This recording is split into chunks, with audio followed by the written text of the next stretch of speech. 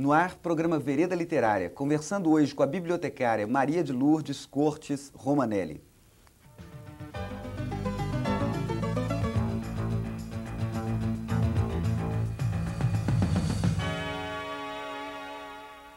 Maria de Lourdes Romanelli nasceu em Rio Preto, Minas Gerais. É formada em Biblioteconomia e Documentação pela UFMG, é mestre em Administração de Bibliotecas Públicas também pela UFMG.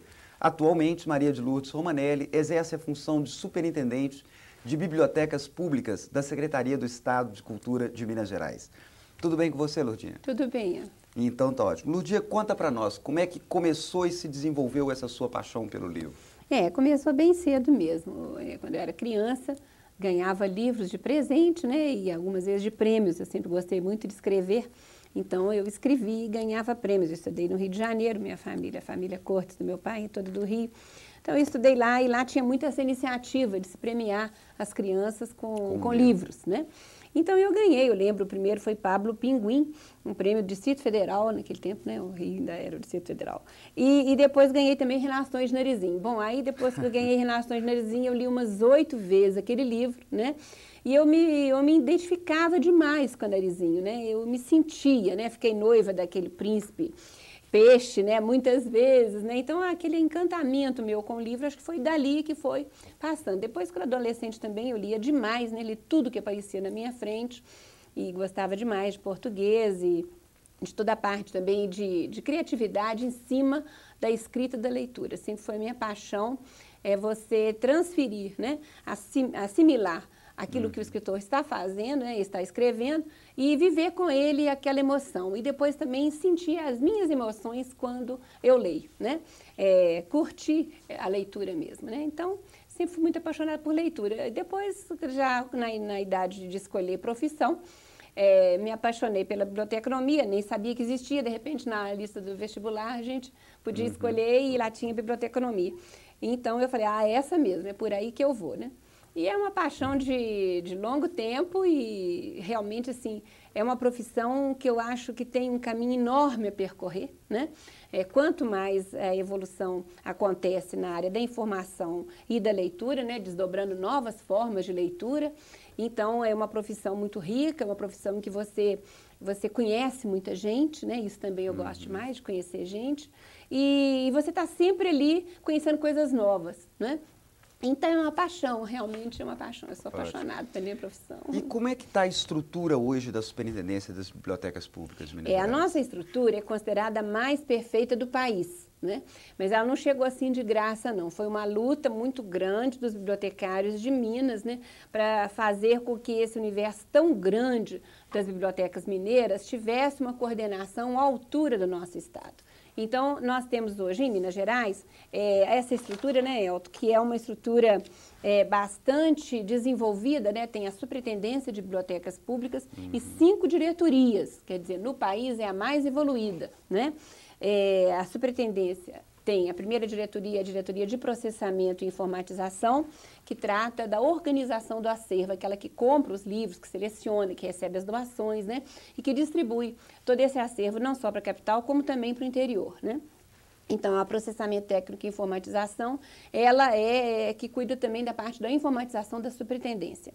Depois, a nossa outra diretoria é a diretoria de regionalização da ação bibliotecária, quer dizer, todo o conhecimento que a diretoria tem é voltado para o interior, prestando uma assistência técnica direta aos municípios. Então, nós trabalhamos com todos os municípios mineiros, né? E já conseguimos trabalhar diretamente com as 662 bibliotecas públicas que estão cadastradas hoje na Superintendência de Bibliotecas Públicas. Mas aqueles municípios, né, sobra aí uns quase 200, que não têm ainda biblioteca pública, nós estamos fazendo uma campanha junto aos prefeitos, justamente os novos prefeitos, né, porque a maioria são dos novos prefeitos que foram, das prefeituras que foram criadas agora. Então, nós estamos fazendo uma campanha junto a eles para criar também bibliotecas públicas, né?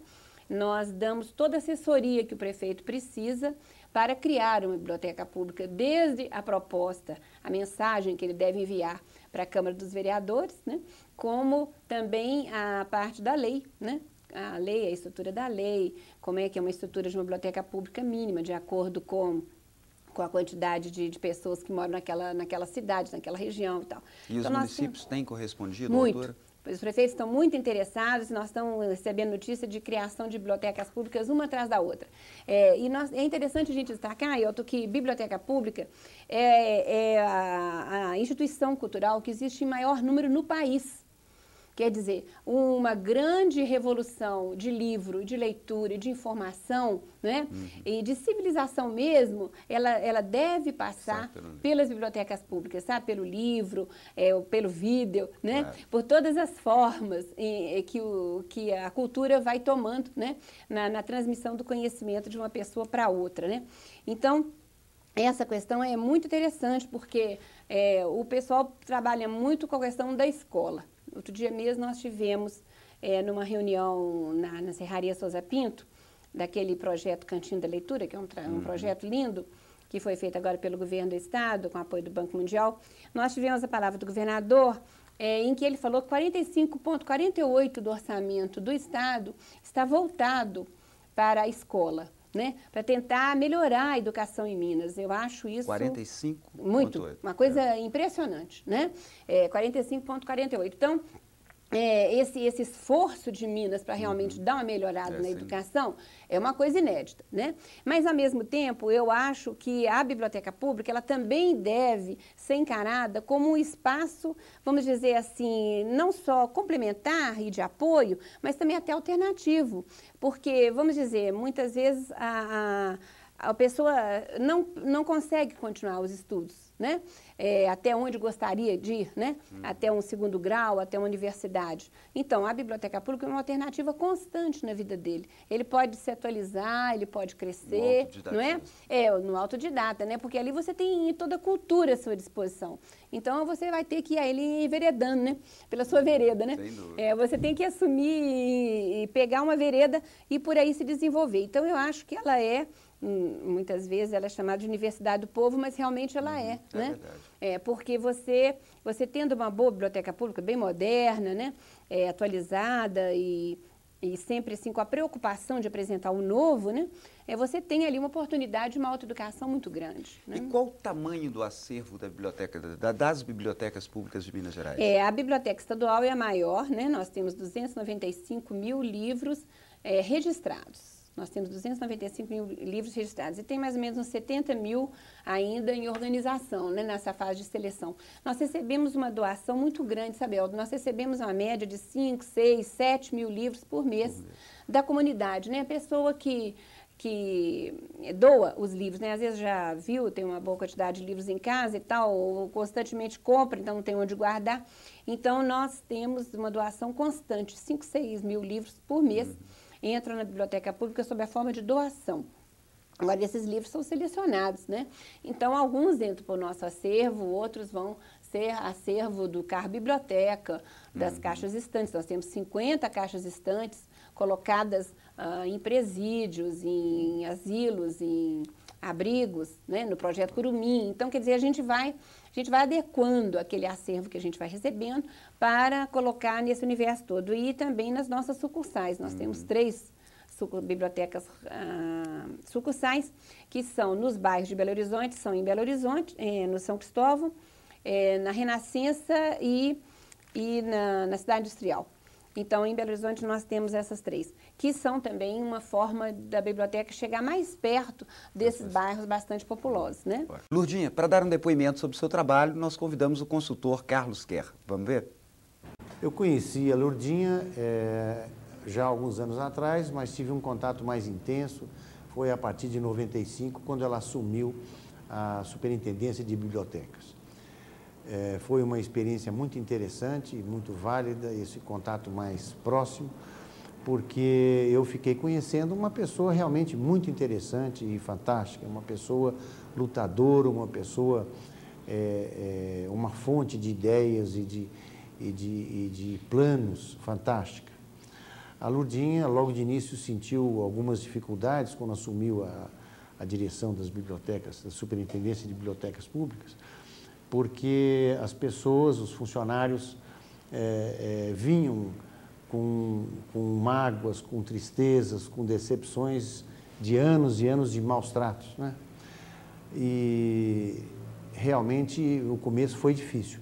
Mas a Lourdinha, e por isso mesmo nós tivemos a oportunidade de trabalhar junto com a Lourdinha, acionou diversas armas, diversas formas de apoio, de maneira que ela, em pouco tempo, conquistou a credibilidade dos seus funcionários e o interesse dos seus funcionários por um programa que era um programa realmente muito interessante, dinâmico. A Lourdinha é realmente uma pessoa dinâmica, uma pessoa cheia de ideias, uma pessoa que tem sempre um plano novo para começar. E isso é muito importante, porque as coisas só acontecem quando por trás delas existe um plano, existe um trabalho de base feito. E isso a Lourdinha tem feito e tem conseguido sucesso. O seu trabalho tem sido realmente muito interessante na biblioteca. Ótimo. Lourdinha, a gente viu aí ao lado do Carlos Quer a imagem de um computador ao fundo. Eu queria te perguntar o seguinte, como é que você está vendo essa situação? Ameaça a internet, por exemplo, ameaça? Como é que está? Não, ameaça de jeito nenhum. A internet é uma grande biblioteca virtual, né? E ela está a serviço da informação, do conhecimento, então é nossa parceira, né? Nós agora estamos criando, agora com o apoio do governador do estado, uma sala, né? Em que nós vamos ter uns 4 micros com acesso à internet. Nós já temos vários computadores na biblioteca, mas a informática, ele vem como um grande aliado do profissional de biblioteconomia e ciência da informação. Quer dizer, mais um meio, mais a fonte. É incrível, porque você vê, através da informatização, você consegue fornecer, né, informações com muito mais agilidade para um número muito maior de pessoas, né? Então, o caminho da biblioteca, ele passa inteirinho pela informatização. E a internet é uma grande biblioteca virtual, né? E o que nós, bibliotecários, estamos fazendo já de anos, né? Com as redes de internet, começando primeiro nos Estados Unidos, né? O depoimento dos bibliotecários nos Estados Unidos, eles estão trabalhando, assim, eles estão gerando outros serviços, né? A partir do trabalho desenvolvido na internet. Então, é um trabalho de parceria mesmo. E essa sala de internet nós vamos ter acesso para os leitores. Quer dizer, eles vão complementar as pesquisas dele, além de toda aquela literatura e toda a parte mesmo de referência, de pesquisa que nós temos lá, de enciclopédias e tal coisa, e toda a parte patrimonial da biblioteca, nós vamos ter, além do bibliográfico, vai ter também o acesso às redes de informação. Então, isso vai ser feito com a parceria também da Sociedade de Amigos da Biblioteca e esperamos assim que seja um sucesso, porque muitas vezes a classe mais abastada ela já tem ligação, já tem acesso à internet na sua própria casa, né? Mas isso ainda é uma minoria, né, Elton? Então, como a biblioteca atende a 2.500 pessoas por dia, mais ou menos, né?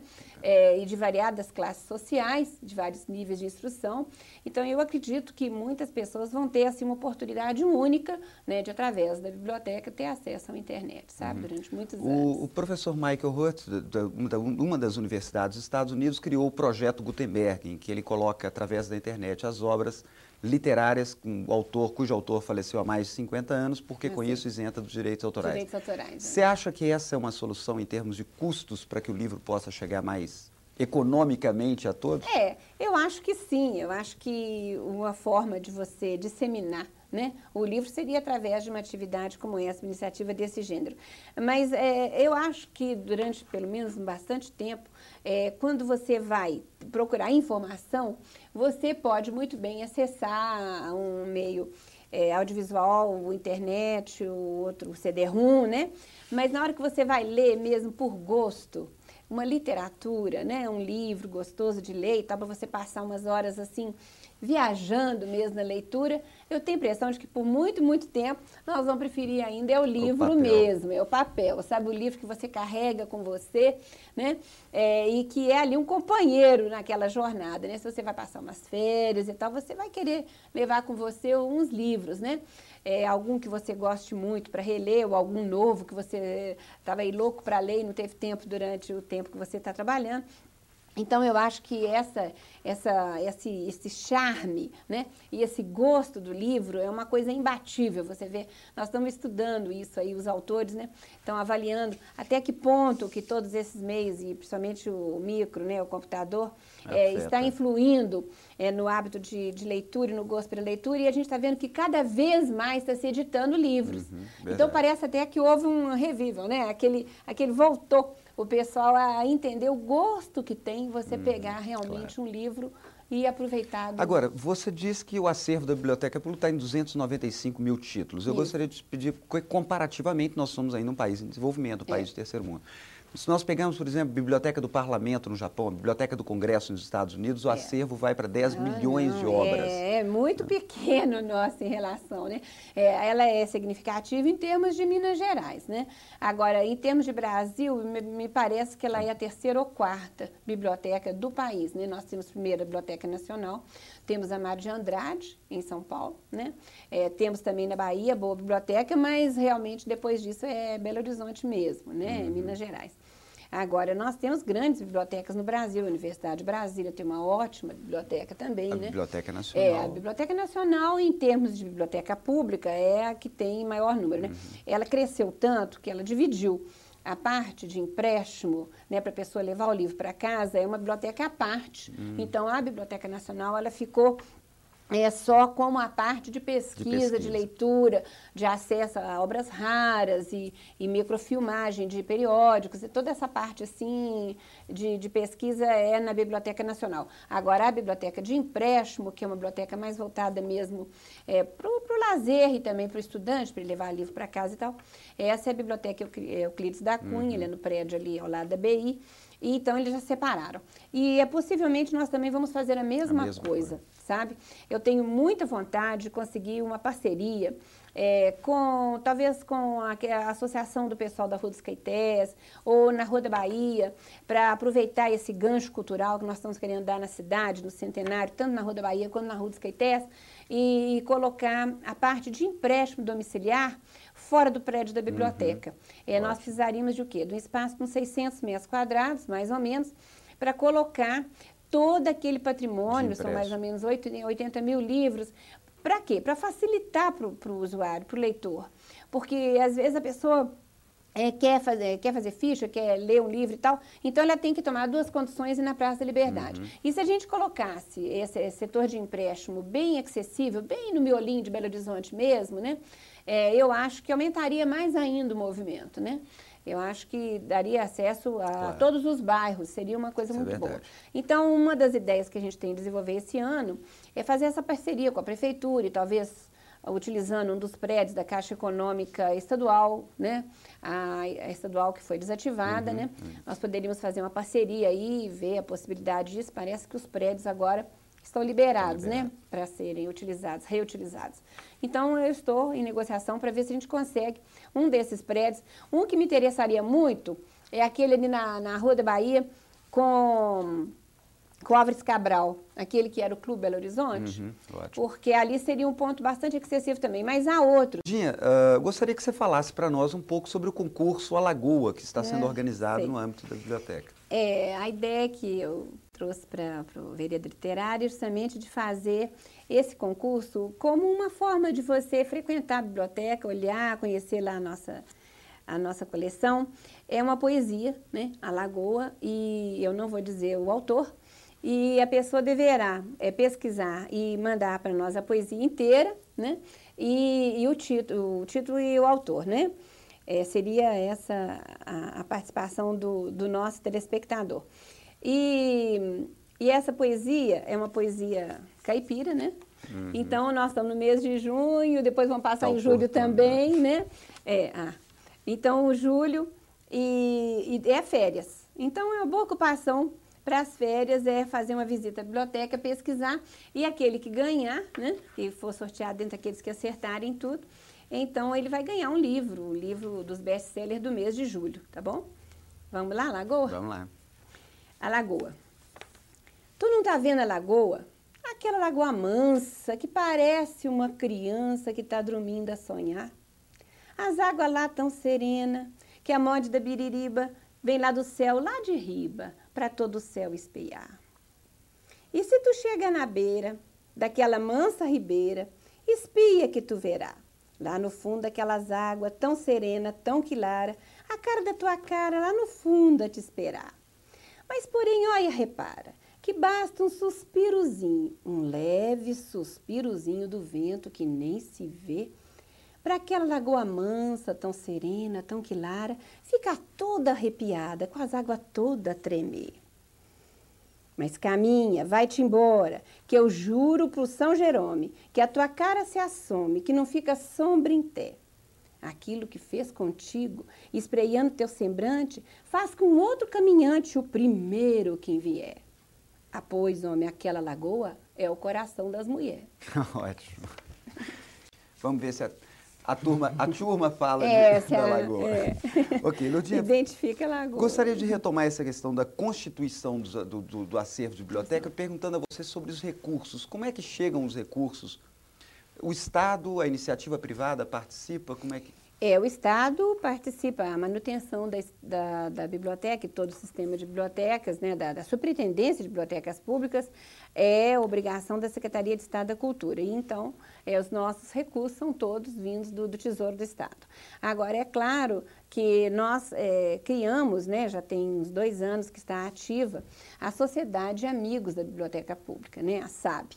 A SAB, o primeiro presidente, o doutor Idebrando Pontes Neto, que é uma figura muito ligada, né, em todo o pessoal da literatura, dos direitos autorais, ele é um advogado especialista em direitos autorais, e ele é o presidente atual da Sociedade de Amigos da Biblioteca. Mas haverá agora, a partir de junho, de julho, uma nova eleição para se escolher a nova diretoria da Sociedade de Amigos da Biblioteca. E nós estamos aí abrindo a participação de todas as pessoas que quiserem colaborar conosco. Por quê? Porque os recursos do Estado, nós temos uma verba mensal, né, para as atividades e compras de acervo, jornais, revistas, a atualização para nossos intercâmbios na área de informática. Então, tudo isso é feito com o governo do Estado. Agora, a aquisição de livros também, a gente tem feito com recursos gerados não só do Tesouro do Estado, como gerados pela própria biblioteca, né? Nós, a partir do ano passado, nós mudamos um pouco o paradigma, né? Porque sempre biblioteca é tudo gratuito, né? Uhum. Mas com as dificuldades que estão acontecendo em todos os níveis, não só na casa da gente, como também no governo, né? O dinheiro está ficando cada vez menor e com mais demandas, há uma necessidade muito grande de dividir o bolo, né? Mas então nós, através da Sociedade de Amigos da Biblioteca, nós criamos algumas alternativas que vão gerando recursos para a biblioteca, né? A inscrição, cada pessoa que inscreve na biblioteca paga R$2, quer dizer, mas isso, no cômputo geral do mês, vai ajudando, né? A que se possa também comprar alguns investimentos. Então, por exemplo, no ano passado nós compramos enciclopédias, nós compramos dicionários atualizados, também com recursos que vieram da SAB, não só do governo do Estado, como apoio também da SAB, né? E todo mês isso vai acontecendo. É um micro para a coleção da Sala do Centenário, é um trabalho para a parte da hemeroteca, né? Da parte de encadernação de livros, enfim, dependendo da necessidade, a Sociedade de Amigos da Biblioteca, então, vai também colaborando com o governo do Estado na manutenção da biblioteca, sabe? Agora, nós temos uma grande atividade em andamento, nós mandamos recentemente para o Ministério da Cultura um pedido de apoio, né, para a segunda parte da reforma da biblioteca. Nós, primeiro, ano passado, fizemos um estudo da estrutura, para saber se ela poderia ser complementada, né? O prédio ser complementado, porque não sei se você sabe, Elton, que o prédio da biblioteca, ele era para ter 5 andares. Ele teria 5 andares, né? O subsolo e também a parte de uma área de serviços, que seria uma área transparente, sem acervo, no desenho do Oscar Niemeyer. Uhum. E depois, então, os andares de acervo. E na parte de cima, a administração e um restaurante panorâmico, né, sobre a praça. Então, tudo isso é a previsão. Mas só que por medida mesmo financeira, por problemas financeiros, o prédio foi construído em 1960, então não deu para fazer todo o prédio. Mas depois disso, muitos diretores quiseram dar uma continuidade, mas nunca houve um esforço sério. E dessa vez o governo está interessado em fazer, primeiramente, um estudo para saber se as ferragens, se toda a parte de cimento, a parte mesmo básica das fundações da biblioteca suporta o peso que ela está aguentando agora, né? Porque você vê, em 1960 a população era muito menor. Nós agora somos uma cidade com uma população imensa e a frequência da biblioteca, que era o quê? De 300, 400 pessoas por dia, está em 2.500 pessoas por dia. Quer dizer, além do acervo que cresceu muito, né? Ainda tem também o peso da frequência que é muito grande, né? Então, com isso, e também com a possibilidade de nós crescermos mais andares, nós fizemos esse projeto, o governo do Estado também está colaborando conosco, então, junto ao Ministério da Cultura, o governo do Estado e possíveis patrocinadores. Infelizmente, nosso tempo está chegando ao fim, mas fica aqui o convite para que as pessoas, em geral, frequentem mais as bibliotecas, que, aliás, é um paraíso, né? Uma biblioteca é um paraíso. Como diz o Ziraldo, o livro é a melhor coisa do mundo. Lourdinha, a última pergunta do programa, quem vai fazer para você é o consultor Carlos Kerr. Vamos lá? Lourdinha, eu tenho acompanhado o seu trabalho, você sabe disso, mas não tenho acompanhado todas as suas novas ideias. Eu gostaria que você falasse um pouco das suas novas ideias, aquelas que não foram divulgadas ainda. Eu acho que, nesse momento, o meu empenho maior é de conseguir recursos para a reforma elétrica e de prevenção contra incêndio na biblioteca. Principalmente depois do problema do Palácio das Artes, isso está prioritário. Então, todos os meus esforços estão no sentido de conseguir patrocínio rápido para essa questão da reforma elétrica e da prevenção contra incêndio. Agora, na parte de cultural, é animar cada vez mais a biblioteca, na galeria de arte, na sala multimeios, a extensão. Todo o trabalho da extensão também dá um reforço bem grande para que ela possa desenvolver cada vez mais um programa cultural intenso. Eu quero que a biblioteca, todos os espaços dela, sejam intensamente utilizados, de manhã, de tarde, de noite, pela comunidade. A nossa ideia é essa, então parcerias de todo tipo para que a biblioteca seja tremendamente utilizada, que seja realmente assim, uma fonte permanente de informação nova, de troca de ideias entre as pessoas e fazer com que as pessoas tenham prazer mesmo de ficar na biblioteca e frequentar, ler e trocar informação. É essa a minha maior meta no momento. Ótimo, excelente meta. Lourdinha, Vereda Literária, agradece a sua entrevista, deseja mais sucesso para o seu trabalho. Muito obrigado. Tá ótimo.